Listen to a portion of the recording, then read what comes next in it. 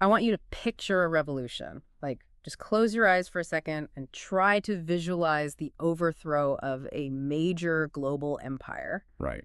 If you're like most people who've, watched a historical movie or read a passing summary in a high school textbook, you're probably picturing utter chaos. Oh, absolutely. Total mayhem. Yeah, you're imagining screaming crowds flooding the avenues, barricades made of torn-up paving stones, overturned furniture, fiery street battles. The whole cinematic package. Exactly. You picture the military clashing violently with armed insurgents in the public squares. It's loud, it's bloody, and it's completely uncoordinated, right? Driven by the sheer, spontaneous rage of the masses. Definitely the popular image, yeah. But what if the most consequential revolution of the 20th century, the one that literally reshaped the global map, birthed a superpower, and defined international relations for nearly 100 years, what if that was actually executed more like a quiet, highly organized, almost boring logistics operation? I mean, it requires a profound shift in how we typically visualize historical turning points, doesn't it? It really does. We expect explosions and cinematic cavalry charges, but sometimes the most effective way to seize power in a modern industrialized state is just to quietly, methodically unplug the existing government from the grid. Unplug it from the grid, yeah, and that is the exact premise we are going to explore today in this deep dive. We're looking at the events of October 1917 in Petrograd, Russia. Right. But we aren't just, skimming a timeline. We have an incredibly rich stack of sources for this deep dive to help us understand the mechanics of how this actually happened. And the mechanics are wild. So wild. We're pulling from firsthand, on-the-ground accounts, most notably John Reed's famous journalistic work, 10 Days That Shook the World. A classic. Yeah, and we're also looking at sweeping, highly detailed historical analyses. Specifically, we're diving into chapters 43 through 46 and the conclusion of Leon Trotsky's monumental history of the Russian Revolution. Which is such a massive text. It's huge, and we're pairing that alongside Alexander Binowich's modern scholarly work, The Bolsheviks in Power. Which is great, because that gives us both the immediate, visceral perspective of someone standing in the crowds, right? And the tactical, retrospective analysis of the people who actually engineered the events. Exactly. And importantly, because history is never just about what happened on a specific Tuesday. Right. It's about how that Tuesday gets remembered. Exactly. How it gets argued over and weaponized. So we are also digging into contemporary historiographical debates. Specifically, we'll be analyzing a really rigorous review published by the World Socialist website critiquing Robert Service's biography of Joseph Stalin. Which is going to be fascinating. But before we really get into the weeds of 1917, I think it's important to level with you, the listener. Definitely. The sources we're dealing with today touch on some of the most highly charged political ideologies in human history, right? We're talking about radical left-wing Marxist revolution, the subsequent rise of the Stalinist bureaucratic state, decades of Cold War narrative. It's heavy stuff. It's very heavy. So our goal here today is absolutely, unequivocally not to endorse any political viewpoint. We are not taking sides. Right. No favorites being picked today. Exactly. We are certainly not picking favorites between historical factions. Our sole mission is to unpack the fascinating historical facts, the strategic maneuvers, and the ideological arguments exactly as they are presented in this source material. We want to understand the mechanics of history, how power is actually taken, and how it's later justified. Yeah. That is a vital framework for us to maintain. The objective is critical analysis and comprehension of the source material. We're looking at the architecture of an insurrection. Okay, let's unpack this. To understand this architecture, we need to, set the scene right. Let's do it. So it's the night of October 24th, bleeding into the early freezing hours of October 25th, 1917. We're on the streets of Petrograd, which is the capital of Russia at the time. Right. The provisional government, led by Prime Minister Alexander Kerensky, is technically the ruling authority of the entire Russian Empire. Technically being the operative word there. Exactly, technically. And they are headquartered in the massive, opulent Winter Palace. But according to our sources, their grip on power is evaporating, and it's happening in the most bizarre, quiet way imaginable. It's so quiet. It's not slipping because they're being bombarded by opposing armies. It's slipping because the infrastructure of the city is just turning off around them. Yeah, and to understand how this happens, we have to look closely at Leon Trotsky's analysis in his History of the Russian Revolution. Right. Specifically, his chapters detailing the tactical execution of the uprising. I mean, Trotsky was the primary architect of this operation, as the head of a body called the Military Revolutionary Committee, or the MRC. The MRC, yeah. And he describes this armed takeover as feeling, and I quote, almost like a police operation. That phrase stood out to me so much in the reading, like almost like a police operation. It's striking, isn't it? It really is, because you simply don't think of a revolution as a police operation. You think of a riot, you know? You think of a mob. You do, but Trotsky argues that an insurrection, to be successful, requires the exact opposite of a mob. Huh. It requires the meticulous synchronization of small, disciplined units. So instead of throwing a massive, disorganized crowd of angry workers at the government troops guarding the palace, the MRC deployed small, highly organized detachments of armed workers. These were the Red Guards, right? Exactly, the Red Guards, along with radicalized soldiers and sailors. And their orders were not to fight battles. Right. Their orders were to systematically move through the dark streets and occupy Petrograd's strategic nerve centers. The way the sources describe this, I mean, it reads exactly like a modern-day cyber attack. Oh, that's a great comparison. Except, you know, it was executed physically by groups of men in heavy coats with rifles. Like, think about it. If you want to shut down a major metropolitan city today, what do? You take down the grid. Right. You hack the power grid to turn off the lights, you take down the cell towers to sever communications, you freeze the banking system. In Petrograd in 1917, the MRC did the physical analog version of that. They really did. They literally walked into the central telegraph office, the telephone exchange, the railway stations, the printing presses, the key bridges over the Neva River, the power plants. They just walked in and said, "We're taking over." What's fascinating here is the strategic brilliance of this approach. It completely bypassed the provisional government. Just totally ignored them. Right. Kerensky and his cabinet ministers were sitting in their grand meeting rooms in the Winter Palace, debating policy, and suddenly they found that the machinery of the state had just been unplugged. Wow. When they picked up the receivers on their telephones, the lines were dead.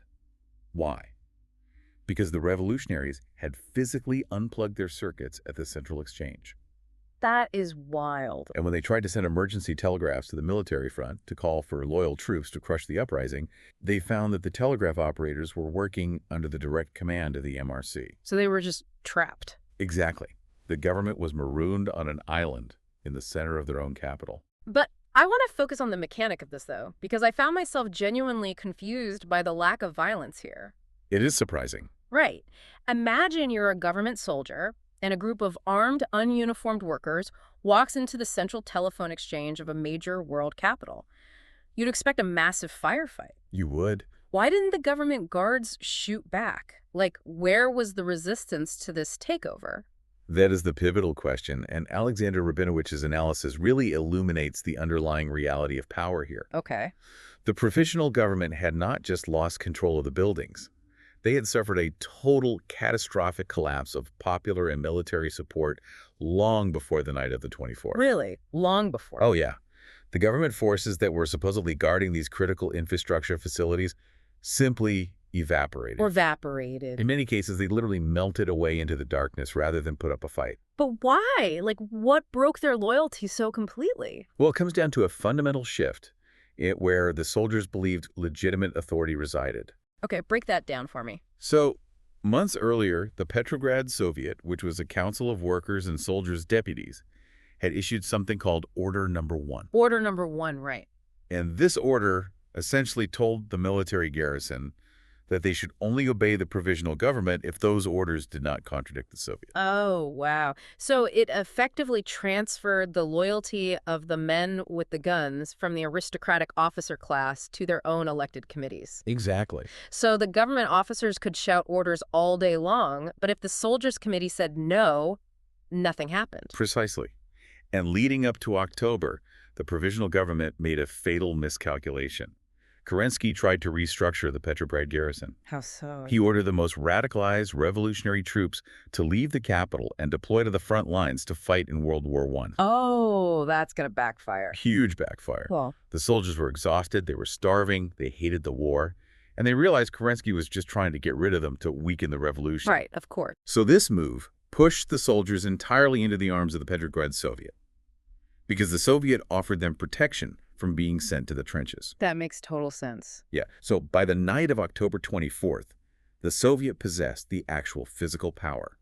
The provisional government only possessed theoretical paper power. Paper power. Right. When a detachment of Red Guards showed up at a power plant or an armory, the government guards on duty usually just shrugged, handed over the keys, and either went home or joined the revolutionaries. I mean, imagine you're one of those government guards, right? You've been standing in the freezing cold for hours, you haven't been paid properly, you're sick of the war, and 5 tired guys from a factory walk up and say they represent the Soviet and they are taking control of the station. Yeah, what do you do? In that 10-second window, your decision to just step aside is what actually topples the government. It is. It's staggering how power shifts on those tiny individual decisions. It's a profound realization about the nature of state authority, isn't it?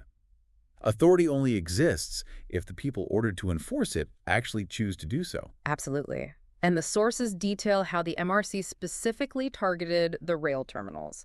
They took the Nikolaevsky station in under 15 minutes without a single punch being thrown. Remarkable speed. And this blockade was internal, right? It was designed to trap the government inside the city. Yes, completely internal. It prevented Kerensky from fleeing by train to rally loyalist forces, and it prevented any outside forces from arriving to reinforce the palace. Oh, he's stuck. He is. The sheer isolation of Prime Minister Kerensky on the morning of October 25th perfectly symbolizes this logistical victory. He realized that to save his government, he had to physically leave Petrograd and reach the army at the front. Right. But the trains were controlled by the MRC, the telephones were dead, the military staff at the palace could not even find a functional automobile for him. Wait, because the revolutionaries had disabled the vehicles, or like the drivers had defected? Exactly. Both. Ultimately, according to the sources, Kerensky's staff had to commandeer an open Pierce arrow from a wealthy civilian and literally borrow a Renault from the American embassy just so the prime minister of the Russian Empire could escape his own besieged capital. Unbelievable. Yeah, he drove out of Petrograd around 11:00 a.m. on the 25th, right at the very moment the revolutionaries were flooding the streets with printed manifestos declaring his government officially deposed. Fleeing in a borrowed American car while your city is quietly taken over by men who just walked into the telegraph office? It's wild. It is such a stark contrast to how we usually picture revolution. So, okay, the infrastructure is secured, the bridges are held, the lights are controlled by the MRC, the trains are locked down. The city is theirs. The city is fully functionally theirs. But there's a massive psychological problem remaining, right? Always is. As long as the rest of Kerensky's cabinet ministers are physically sitting inside the Winter Palace, the provisional government still theoretically exists. But they're still there. So to make the revolution real, they have to extinguish that final symbol. Which brings us to the most mythologized event of the entire 20th century, really. The siege of the Winter Palace. Yeah, this is where the popular imagination really violently diverges from the historical record. Oh, completely. Because storming of the Winter Palace is one of history's great cinematic myths. I think almost everyone pictures thousands of heroic, heavily armed workers charging across the vast palace square under heavy machine gun fire. Right, scaling the iron gates. Engaging in desperate hand-to-hand combat on the grand staircases, like total epic battle. And that enduring image is largely the product of later Soviet state propaganda. Okay, tell me about that. Well, it was most notably crystallized by Sergei Eisenstein's brilliant but entirely historically fictionalized 1927 film, October. Ah, the movie. Yeah.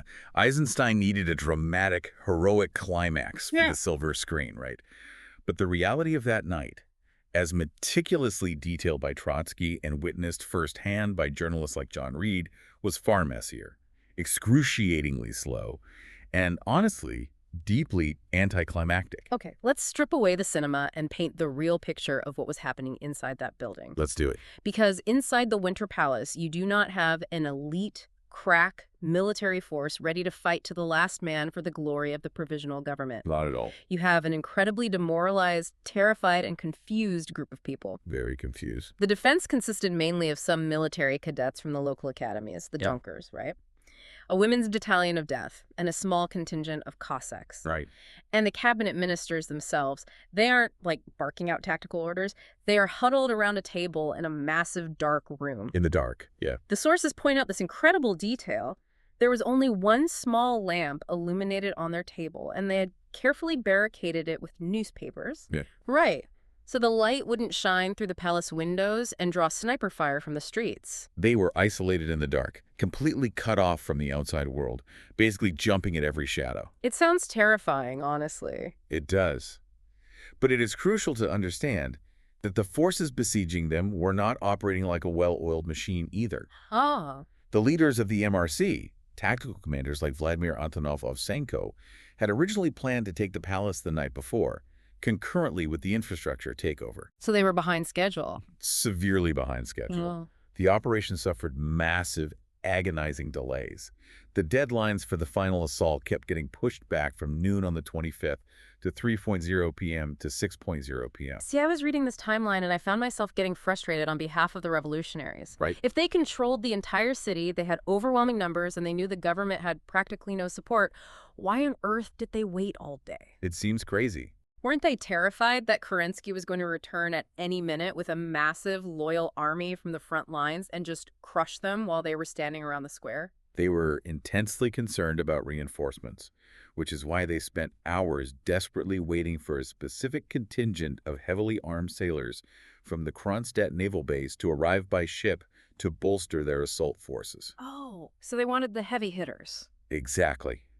The local Petrograd Red Guards were enthusiastic, but they were largely untrained in siege tactics. The Kronstadt sailors were a hardened, disciplined fighting force. Right. But more importantly than just waiting for troops, the Bolsheviks desperately wanted to avoid a massacre. Interesting. They did not want to launch a frontal infantry assault if they didn't have to. So the delay was actually a form of psychological warfare. Precisely. Consider the implications of a bloodbath at the Winter Palace on the very first day of a new regime. Yeah, that would be a terrible look. It would have been politically disastrous. It would have alienated the moderate socialists and provided incredible propaganda for their enemies. So they utilized the threat of overwhelming, annihilating force to shatter the nerves of the defenders inside. Okay. They surrounded the massive building with thousands of armed men. They sent emissaries with strict ultimatums demanding unconditional surrender. Just trying to scare them into giving up. Exactly. And most famously, they utilized the cruiser Aurora, which was anchored nearby in the Neva River, with its massive naval guns pointed directly at the palace. Oh, the famous shot from the Aurora. Yes, but as Trotsky is careful to point out in his history, the famous shot that supposedly signaled the end of the old regime and the dawn of the new era was a blank shell. Wait, really? A blank? A blank. It was a deafening, terrifying noise meant to intimidate the defenders into giving up, not high explosive ordnance meant to level the building and kill everyone inside. Wow, so it was literally just sound and fury. It's exactly. The forces at the Peter and Paul Fortress across the river did eventually fire live artillery rounds, but many of those missed entirely or caused only superficial damage to the palace cornices. So they weren't trying to level the place. No, the primary weapon was intimidation. And it worked, but it worked painfully slowly. Very slowly. The actual capture didn't happen until about 2:00 a.m. on October 26th. And when you read John Reed's account of how it finally fell, it is almost comical. It really is. It's like there was no grand heroic charge across the square. The attackers basically just found unlocked side doors and open basement windows, and they started filtering into the palace in small groups. Just wandering in. Right. And because it's this massive labyrinthine building with hundreds of rooms, there was incredible confusion.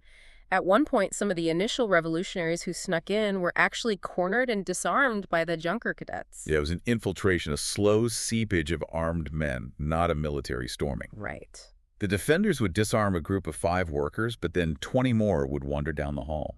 It's like a leaky roof. Yes. They just kept infiltrating, little by little, until the revolutionaries simply outnumbered the defenders inside the palace hallways. At that point, the disarmed workers just took their rifles back from the cadets. That is amazing. Give me that back. Pretty much. By the time Antonov Ovsenko finally walked into that darkened room to formally arrest the government ministers, the defense had simply evaporated of its own accord. Yeah, they just gave up. The Cossacks had gotten tired of waiting and went back to their barracks.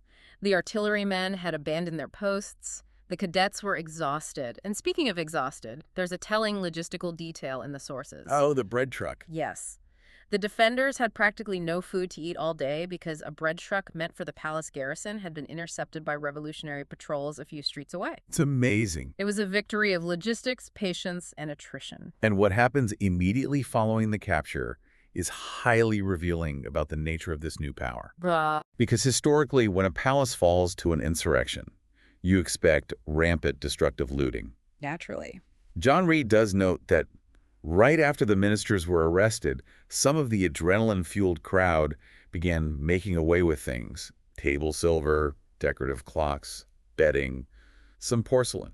Which is completely understandable human behavior when you've been starving and you suddenly walk into the Tsar's opulent palace. Certainly.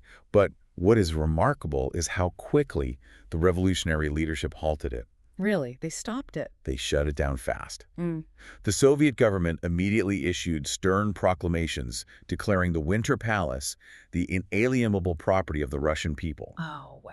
They actually formed a special commission composed of artists, historians, and archaeologists to inventory and protect the treasures. They brought in the archaeologists in the middle of a revolution. Right then and there. They set up checkpoints at the doors and managed to recover a significant portion of the stolen loot, confiscating it right back from their own supporters. That takes some discipline. It does. They were highly conscious of their new role. They desperately wanted to appear to the world as a legitimate, responsible government, not a mob of vandals. Here's where it gets really interesting, though. Okay. Because while this bizarre, slow-motion psychological siege is dragging on in the dark at the Winter Palace, the actual political fate of the entire empire is being decided in a completely different building across town. Yes, the Smolny Institute. Smolny. This massive neoclassical building had previously been a finishing school for aristocratic girls, but it had been taken over and served as the bustling headquarters of the Petrograd Soviet. Talk about a change in management. Right. And crucially, it was the site of the Second All-Russian Congress of Soviets, which opened that very night, October 25th. Now, John Reed's description of the Smolny on that night is so incredibly visceral you can almost smell it through the pages. You really can. He describes this massive, cavernous assembly hall packed wall-to-wall with people.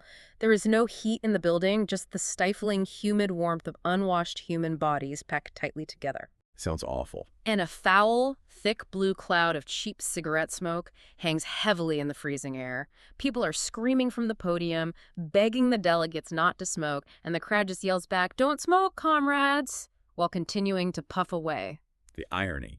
The atmosphere is completely electric, borderline chaotic, fueled by lack of sleep and the knowledge that history is being made outside the windows. This Congress was a monumental event. It was supposed to be the supreme expression of the democratic will of the Russian working classes, soldiers, and peasantry. Right. Everyone was there. Hundreds of delegates had traveled from the furthest reaches of the empire to be there. And for the first time since the revolution began in February, the political math had shifted. Okay. The Bolsheviks, aligned with a faction known as the Left Socialist Revolutionaries, held a commanding majority in the room. Okay, we need to pause here and clarify these factions for a second because the terminology can get really dense. It definitely can. Who are the left socialist revolutionaries and who is opposing them? Let's break it down. The Socialist Revolutionaries, or the SRs, were traditionally the party of the Russian peasantry. The peasantry, okay. They were distinct from the Marxist Bolsheviks, who focus on the urban factory workers. But the SR party had fractured. The left SRs were the radical wing. Got it. They agreed with Lenin and the Bolsheviks that the provisional government was a disaster, that the war had to end immediately, and that power should be transferred entirely to the Soviets. On the other side. On the other side, you have the moderate socialists. This Yeah. included a faction called the Mensheviks, and the conservative wing of the peasant party, known as the right SRs. Okay, so the moderates. Right. They are absolutely furious about what is happening on the streets. They look at the Red Guards taking over the telegraphs and surrounding the Winter Palace, and they denounce the entire insurrection as a military plot. They weren't happy about it. Not at all. They accuse the Bolsheviks of seizing power illegally behind the backs of the other socialist parties. But, I mean, why were they so opposed to taking power? Weren't they all socialists who wanted to get rid of the capitalist government eventually? Eventually being the key word there. Ah. The moderates held to a very rigid, orthodox interpretation of Marxist theory known as the two-stage theory of history. Two-stage theory. Yes. They believe that Russia, being an underdeveloped, largely agrarian peasant country, was simply not ready for a socialist revolution. So they thought they needed more time. Exactly.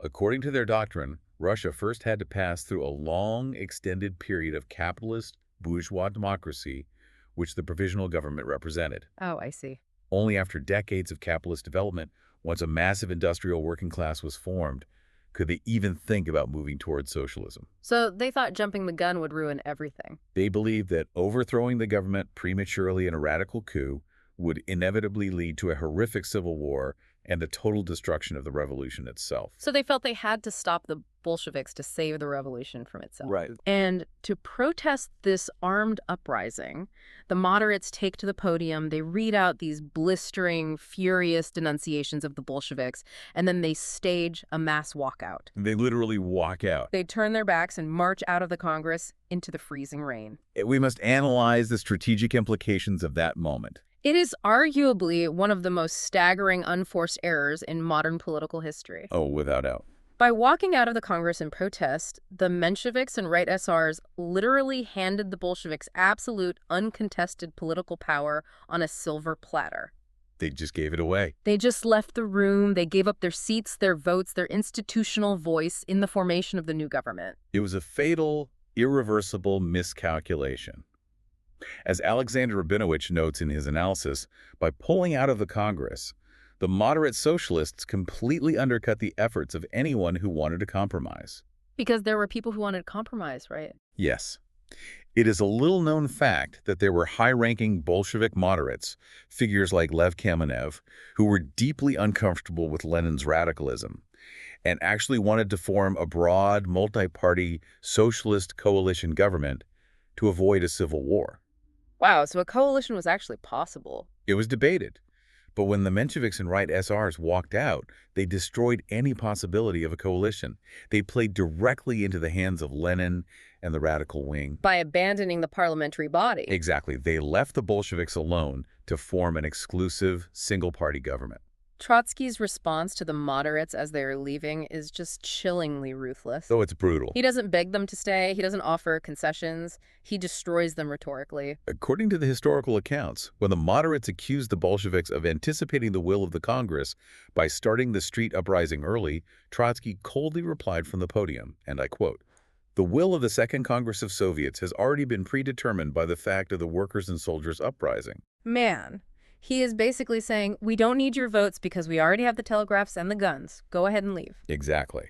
This moment perfectly encapsulates the brutal tension between parliamentary procedure and raw physical revolutionary power. Right. The moderates were clinging to the idea of a negotiated democratic consensus, debating theory in a hall. Trotsky and Lenin recognized that power had already been decided out on the cold streets by the men holding the rifles. It was already over. Yeah.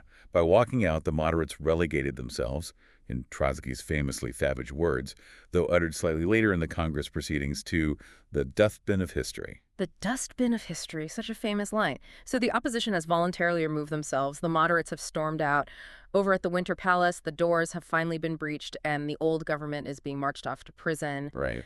And back at the Smolny Institute, Lenin finally emerges. He has been hiding from government warrants for months, operating in secret, and he walks up to the podium of this smoky, exhausted hall. And the place goes nuts. The crowd goes absolutely wild. And what does he say? He doesn't give a long, theoretical, philosophical speech. He simply grips the podium and says, "We shall now proceed to construct the socialist order." A simple operational statement. Yeah. And he immediately begins reading a series of decrees that will fundamentally, irreversibly restructure Russian society overnight. And the first one was the Decree on Peace. Right, the Decree on Peace. This is monumental because World War I is currently slaughtering millions of Russians in the trenches. The country is bleeding to death. What exactly did this peace decree do, practically speaking? Well, it was a highly unconventional, truly revolutionary diplomatic document. Yeah. Standard diplomacy is conducted secretly between heads of state, right? Behind closed doors. Lenin's decree was addressed simultaneously to the governments and directly to the peoples of all the belligerent nations. Oh, go over the leaders' heads. Exactly. It demanded the immediate opening of negotiations for a just, democratic peace. And it laid out very specific, non-negotiable terms.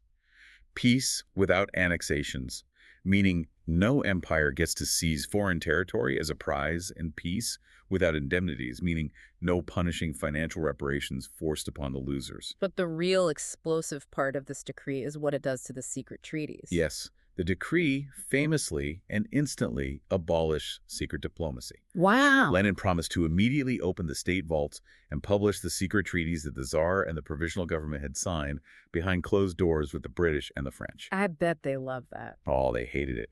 These treaties detailed exactly how the empires planned to cynically carve up the conquered territories of the Middle East and Eastern Europe after the war. But why do that? Like, why burn your bridges with the Allies like that? Because the goal was not traditional diplomacy. The goal was to expose the imperialist, predatory nature of the war to the global working class. Ah, to start other revolutions. Right. Lenin was hoping that by showing the French and German and British workers that they were dying simply so their bosses could steal territory, it would spark sympathetic revolutions in Berlin, Paris, and London. It was a direct appeal. It was a direct appeal over the heads of the capitalist governments to the exhausted, mutinous soldiers and workers of the world. Okay, so with one piece of paper, he attempts to end a world war and spark global revolution. Not bad for a first day. Yeah, right. Then he pulls out the decree on land. And I have to admit, looking at the mechanics of this decree, I am incredibly confused. It is a bit of a curveball. It really is. Imagine a hostile corporate takeover. The new CEO comes in, and to appease the angry, striking workers, he instantly gives them exactly what they want. But he uses the rival company's highly specific playbook to do it. That's a great way to put it. Because Lenin, the Marxist, didn't use a Bolshevik plan for the land, did he? He did not.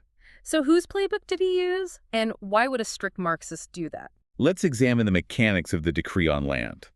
It abolished private ownership of land immediately, entirely without compensation to the owners. Okay, pretty standard revolutionary stuff. Right, all the massive estates of the aristocratic landlords, the royal family, the wealthy monasteries, it was all legally confiscated overnight. But the state didn't keep it. They didn't. No, it was handed over to local peasant committees and district soviets to chop up and distribute among themselves. But as you noted, the specific mechanisms and rules detailed in the decree were lifted virtually verbatim from 242 local instructions that had been painstakingly compiled and written by the socialist revolutionaries, the peasant-based party, not the Marxist Bolsheviks. He literally just took the SR's core political program and passed it as his own. Yep. I can imagine the left SR delegates who stayed at the Congress were sitting there completely bewildered. They were stunned, and several delegates angrily pointed it out from the floor. But Lenin's response was a masterclass in pragmatic politics. He essentially replied, "So be it. As a democratic government, we cannot ignore the deeply held feelings of the masses, even if we don't theoretically agree with them. We must let the peasants solve their own problems." But this raises such a huge theoretical contradiction. I'm looking at this decree on land and I'm trying to square it with Marxism. Good luck. Right, because Marxists fundamentally believe in the nationalization and state control of all property to build a collective society. Correct. But this decree just chops up the massive estates and hands out individual plots to millions of peasants, essentially turning them into small business owners. Exactly. How does Lenin justify contradicting his own core philosophy on day one of the revolution? This raises an important question about the difference between theoretical purity and the brutal realities of maintaining power. Okay, unpack that. That tactical flexibility is what defined Lenin. Orthodox, purist Marxists like Rosa Luxemburg, who was observing from a prison cell in Germany, severely criticized this move. She wasn't a fan. Not at all. She argued, quite accurately from a theoretical standpoint, that simply handing the land to the peasants did not create socialism. Right. It just created a massive, million-strong new class of petty, conservative, property-owning farmers who would fiercely defend their new private property against the socialist state later on. Which is exactly what happened a decade later during Stalin's brutal collectivization campaign, she called it. She did call it. But Lenin understood the immediate life-or-death reality of October 1917. Right. The Bolsheviks were a party of the urban working class. Russia was an overwhelmingly agrarian peasant country. If the fragile new Soviet government was going to survive its first month in power, it absolutely needed the passive support, or at the very least the neutrality, of the peasant masses. So he had to buy them off. In a sense, yes. Lenin took a pedagogical approach. The decree was deliberately vague on whether the land was permanently nationalized by the state or privately held by the farmers. Oh, smart. Lenin's goal was to let the peasants figure out the harsh economic realities of small-scale land ownership through their own lived experience. But in the short term, giving them the landlord's estates ensured one vital, non-negotiable thing. What's that? The peasants would never, ever support a right-wing counter-revolution that threatened to bring the landlords and the Tsar back to reclaim the estates. Wow. Lenin brilliantly tied the economic survival of the peasants directly to the political survival of the Bolshevik regime. So we have this incredible compressed sequence of events. Yeah. A quiet, administrative, logistical takeover of the city's infrastructure. Right. A psychological, attritional siege of the palace that avoids a massacre. A dramatic political walkout that accidentally hands absolute dictatorial power to a single radical faction. All in like 2 days. Yeah. And then these world-altering decrees on peace and land that compromise theory for survival. The power is secured. But here is where we have to shift our focus. This is crucial. Because when events are this monumental, this foundational to the 20th century, the fight over what actually happened and specifically who gets the credit becomes almost as fierce and deadly as the revolution itself. Yes. The power is taken, and now begins the battle for the historical record. We're shifting from the streets of 1917 to how this history has been recorded, how it has been deliberately erased, and how it is still being argued over today. Right. And to do this, our deep dive brings us to a really fascinating contemporary historiographical debate.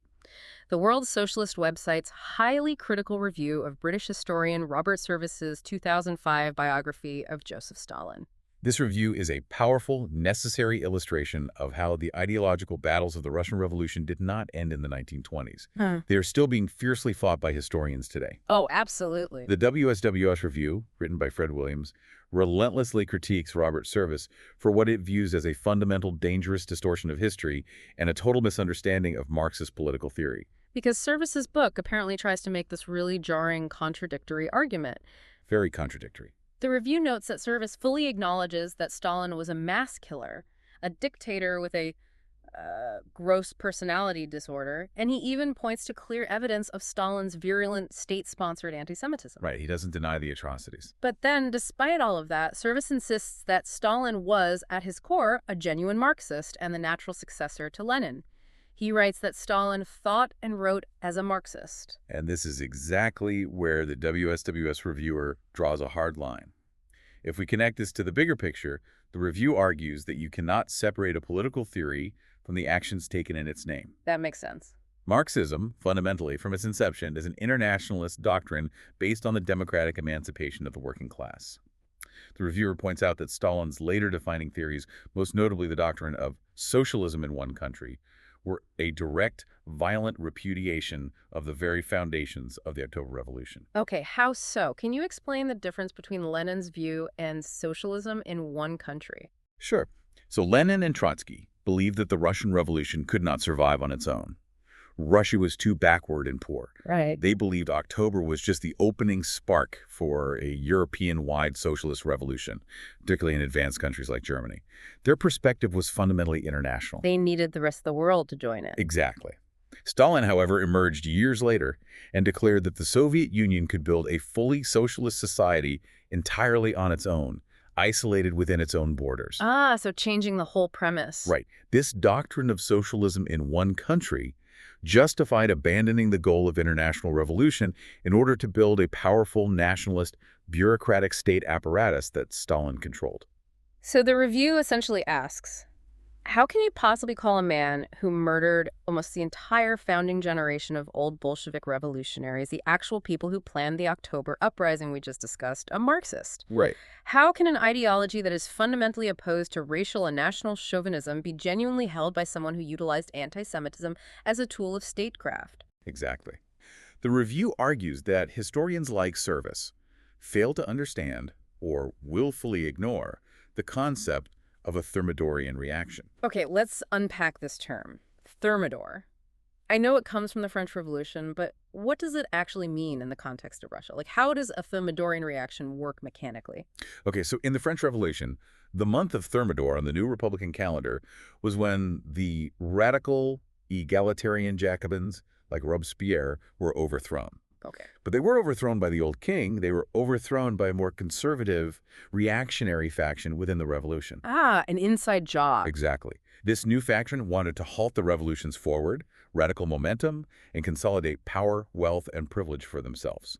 Trotsky and the left opposition he led in the 1920s used this exact historical analogy to explain Stalin's rise to power. Okay, so think of it like a startup company that goes corporate, right? Well, I like that. The radical founders and engineers who actually built the revolutionary new product are systematically pushed out by a new layer of middle managers and administrators. Yes. These new administrators don't care about the original vision. They only care about protecting their own salaries, their corner offices, their stock options. That's essentially what Trotsky argued Stalin did to the Soviet state. That is an excellent modern analogy. Stalin didn't represent the working class. He represented the bureaucracy. The managers. Right. A massive new privileged caste of administrators that emerged in the isolated, impoverished Soviet state after the Civil War. This bureaucracy hollowed out the revolution from within. Just gutted it. They kept the socialist terminology, they kept the red flags, they kept the rhetoric of 1917, but they utterly destroyed the actual workers' democracy in order to protect their own newly acquired power and privilege. So Stalinism wasn't the logical, inevitable continuation of Leninism, as Service implies. It was a violent bureaucratic reaction against it. Precisely.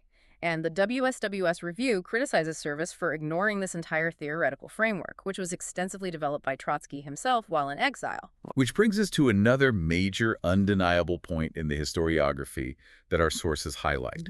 The deliberate, systematic erasure of Leon Trotsky from the history of October. This part is just wild to me. It's crazy. If you read the primary sources from 1917, if you read John Reed's 10 Days That Shook the World, which was written right there on the ground as it was happening, Trotsky is absolutely everywhere. Everywhere. He is the president of the Petrograd Soviet. He is the tactical head of the Military Revolutionary Committee planning the infrastructure takeover. He is the one standing at the podium publicly declaring the overthrow of the government. He's the main character, basically. Right. He is the one destroying the moderates as they walk out. Beside Lenin, who is mostly in hiding, Trotsky is the undisputed, visible co-leader of the revolution. And yet, as the sources show, the Stalinist school of falsification spent decades attempting to completely literally erase Trotsky from the historical record of 1917. Just pretending he wasn't there. Literally. They famously doctored photographs with airbrushes to remove him from podiums next to Lenin. They suppressed John Reed's book Inside the Soviet Union because it mentioned Trotsky too much. Wow. And they fabricated an entirely new fictional narrative where Stalin was Lenin's primary right-hand man and military genius during the October uprising. But the sources we are looking at totally dismantle that falsification. In fact, Trotsky's history of the Russian Revolution includes this incredible smoking gun quote that completely destroys the later Stalinist narrative. Yes, in the concluding chapters, Trotsky highlights an article written by none other than Joseph Stalin himself. This is the best part. When did Stalin write this? Stalin wrote an article for the official party newspaper, Pravda, on November 6, 1918. 1918, okay. This was exactly on the first anniversary of the revolution, long before the bureaucratic power struggles and the purges of the 1930s had begun, long before he needed to rewrite history. And what did Stalin write about Trotsky's role in the insurrection, in his own words, in 1918? Stalin wrote, and I quote, "All practical work in connection with the organization of the uprising was done under the immediate direction of Comrade Trotsky, the president of the Petrograd Soviet." Wow. He continues, "It can be stated with certainty that the party is indebted primarily and principally to Comrade Trotsky for the rapid going over of the garrison to the side of the Soviet and the efficient manner in which the work of the Military Revolutionary Committee was organized." Indebted primarily and principally to Comrade Trotsky. He wrote it himself. Stalin wrote that. It is the ultimate historical mic drop. You literally have the future dictator admitting in print that Trotsky was the tactical mastermind of the uprising, a fact he would later execute millions of people to try and cover up. It's chilling. It shows how profoundly history can be manipulated when state power requires a new narrative. The historical manipulation didn't just stop with erasing Trotsky's physical presence in 1917 either. The WSWS review of Robert Service's book points out how modern historians can, unfortunately, weaponize academic footnotes to subtly distort the past and draw false equivalencies. This part of the review is a great example of why you always have to check the context of citations. What did Service do? So the reviewer, Fred Williams, catches Robert Service making a highly misleading, generalized claim. Service writes in his biography that terrorist methods had been approved and theorized by Lenin and Trotsky, and he heavily implies that this early theoretical approval justified or laid the inevitable groundwork for Stalin's later Great Terror in the 1930s, the horrific purges where millions of innocent people were executed. Okay. And to support this claim, Service cites a specific book, Trotsky's Terrorism and Communism. But the historical context of that specific book is completely ignored by the biographer, isn't it? Completely stripped of its reality. Trotsky wrote Terrorism and Communism in 1920. Let's look at what was happening in 1920. It was bad, right? Very bad. The Soviet Republic was in the absolute darkest depths of a brutal, existential civil war. They were being invaded by multiple foreign armies, blockaded by the West, and fighting vicious, well-armed domestic counter-revolutionaries. So they were fighting for their lives. The economy had collapsed, and the cities were starving.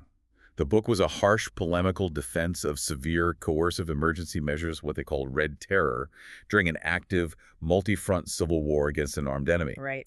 It was written as a fiery response to European moderate socialists who were criticizing the Bolsheviks from comfortable cafes in Paris for not adhering to peaceful, polite, democratic norms while they were literally being shot at and besieged. So Service takes a book written specifically to justify emergency military measures during a desperate civil war in 1920 and implies it is the ideological blueprint for Stalin executing his own unarmed, loyal political comrades in peacetime during the 1930s. That is the compelling argument the WSWS review makes against Service's methodology, and it highlights precisely why rigorous, context-driven history matters. Absolutely. It is not just academic bickering over footnotes in a library. When a historian lazily conflates the harsh, desperate necessities of a civil war with the totalitarian paranoia of Stalin's Moscow trials, or when they downplay the systemic, fundamental differences between Lenin's Revolutionary Party and Stalin's conservative bureaucracy, they distort our basic understanding of how authoritarianism actually develops. They blur the lines. They do. They erase the fact that there was a massive, vocal, Marxist alternative to Stalinism within the Soviet Union, the left opposition led by Trotsky. Right. And those oppositionists were systematically exterminated in the gulags precisely because they opposed the bureaucratic degeneration of the revolution. They didn't agree with Stalin. They died fighting him. So what does this all mean? We have covered a truly staggering amount of ground today. We really have. We started with this mind-bending reality of the October Revolution. It was not this chaotic, bloody, cinematic riot in the public squares. It was a quiet, methodical, logistical masterpiece. A police operation. Yeah, a police operation. The Military Revolutionary Committee seized Petrograd's physical infrastructure, the trains, the phones, the power, while the old government simply sat helpless and marooned in the Winter Palace. We examined the agonizing psychological siege of that palace, dismantling the enduring myth of the grand heroic storming. Right. No grand charge. No, we revealed instead a slow, confused infiltration and the total collapse of the defenders' morale, highlighting how the revolutionaries prioritized surrender over slaughter. And then we looked at the dramatic, high-stakes political theater at the Smolny Institute, where the moderate socialists made the fatal historic error of walking out in protest. The biggest mistake they could make. Essentially handing Lenin and Trotsky the keys to the state without a fight. And we unpacked those world-altering decrees on peace and land, showing Lenin's pragmatic, ruthless brilliance in adopting the peasants' own demands, contradicting Marxist theory to secure the immediate survival of the new regime. And finally, we explored the fierce, ongoing battle over the historical record itself. Right, how it gets remembered. We saw how the mechanics of power are not just about controlling buildings and bridges in the moment, but about controlling the narrative for decades after. Yeah. Whether it is Stalinist bureaucrats airbrushing Trotsky out of photographs and contradicting their own earlier admissions, or modern biographers misinterpreting the theoretical foundations of the revolution, the fight to define what truly happened in October 1917 is still active. Because the underlying mechanics of power haven't changed. No, they haven't. Whether you are sending a detachment of armed workers to seize the Central Telegraph Office in Petrograd in 1917, or you are attempting to control internet infrastructure, data centers, and social media algorithms today, power ultimately relies on logistics. Right. It relies on public perception, and it relies on who ultimately gets the authority to write the history books. It is a stark reminder that history is never entirely settled. It is a living thing. It is constantly being reviewed, revised, and sometimes actively and maliciously falsified to serve the political needs of the present day. Which leaves me with a lingering thought for you to mull over as we wrap up. Let's hear it. We spent a lot of time talking about how the grand, violent, heroic storming of the Winter Palace wasn't real. It was a myth, created after the fact by brilliant cinema and state propaganda to make a quiet, rather boring logistical operation look heroic, legendary, and spontaneously democratic. Right, Eisenstein's movie. Exactly. It makes you wonder, what historical events happening today, things we are living through right now, reading about in the news, are already being quietly rewritten into cinematic myths before the dust has even settled. A vital, necessary question for anyone trying to navigate the complexities of the modern information landscape. Thanks for diving deep with us.